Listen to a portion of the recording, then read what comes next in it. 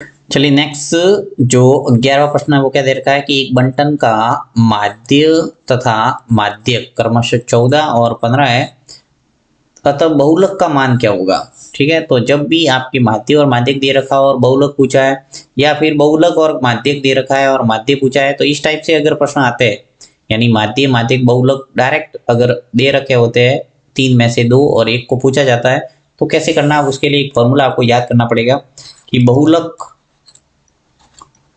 बराबर होता है थ्री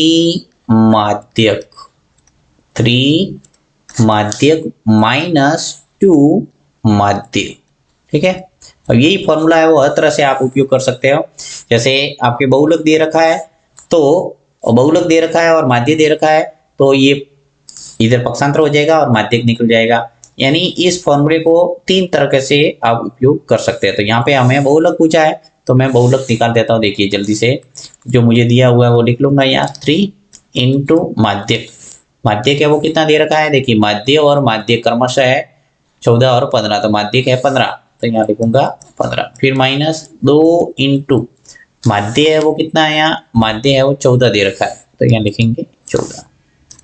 गुणा कर दो 3 इंटू 15 कितने हुए 45, और 2 इंटू 14, 14 दूनी 28। ठीक है, घटा दो इसको, कितने आ गए 7, और ये 3 में से 2 गया 1, यानी 17। ठीक है, तो इसका जो आंसर है वो आ जाएगा ए।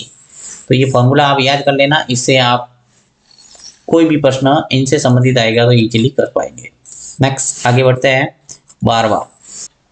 अब देखिए 12वां प्रश्न है वो क्या दे रखा है कि तीनों घनों की कोर क्रमशः 3, 4 और 5 सेंटीमीटर है, तो इससे बनने वाले एक घन की भुजा क्या होगी। तो इसके लिए आपको घन का आयतन का फॉर्मूला याद होना चाहिए, और घन का जो आयतन होता है वो क्या होता है, घन का आयतन होता है भुजा की घात 3, भुजा की घात 3। ठीक है, अब देखिए यहाँ पे बात क्या हो रही है कि तीन घन दे रखे, टोटल घन कितने हैं 3।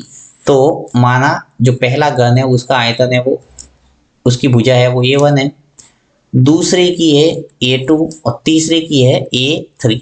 तो इन तीनों को मिला के एक नया घन बन रहा है, राइट। यानी तीनों घनों का जो आयतन है वो इस बनने वाले नए घन के आयतन के बराबर होगा। तो यहाँ पे जोड़ देते हैं इनको, देखो प्लस, यानी A1 की घात 3, A2 की घात 3 प्लस A3 की घात 3। ये मैंने नाम दिया A1, A2, A3, तीनों घनों की भुजाओं का। ठीक है, पहले घन की भुजा है वो 3 है, तो यहाँ पे मैं 3 नाम दे दूंगा, और 3 A1 के स्थान पर 3 आ गया, उसकी घात 3। फिर प्लस A2 है वो कितना है 4 है, तो यहाँ आ जाएगा 4, उसकी घात 3। फिर प्लस A3 है वो कितना हो जाएगा 5, तो 5 के ऊपर घात आ जाएगी 3। इन तीनों का जो आयतन है वो किसके बराबर होगा, ये जो बनने वाला घन है उसकी भुजा के बराबर। तो यहाँ पे उसका नाम दे देता हूँ मैं कैपिटल A की घात 3। ठीक है, यानी कैपिटल A की घात 3 के बराबर हो जाएगा। इन सबको घन निकाल दो, अब 3 की घात 3, यानी 3 इंटू 3 इंटू 3 कितने हो गए 27। फिर प्लस 4 इंटू 4 इंटू 4 कितने हो जाएंगे 66। फिर प्लस 5 इंटू 5 इंटू 5 125 बराबर A की घात 3। ठीक है, अब इनको जोड़ दो, 27, 67 और 125 कितने हो जाएंगे टोटल। देखिए जोड़ देता हूँ मैं साइड में, 125, 67 और 27, 7 और 4 11 और 5 कितने हो गए 16, हासिल का 1, 3 और 6 9 10 11, हासिल का 1, यानी हो गए 216। इनका योग आ गया हमारे 216 बराबर A की घात 3। अब देखिए मुझे क्या करना है, ये निकालना है, तो यहाँ क्या हो जाएगा, ये जो 3 है ये आ जाएगा इसके ऊपर, यानी ये कुल मिला के इसका घनमूल निकालना है, 216 का घनमूल, और 216 का जो घनमूल है वो क्या आ जाएगा 6 बराबर A। यानी आपके जो बनने वाला नया घन है उसकी भुजा क्या हो जाएगी 6। यहाँ से आपके ऑप्शन है 6 सेंटीमीटर, ये सही हो जाएगा बी।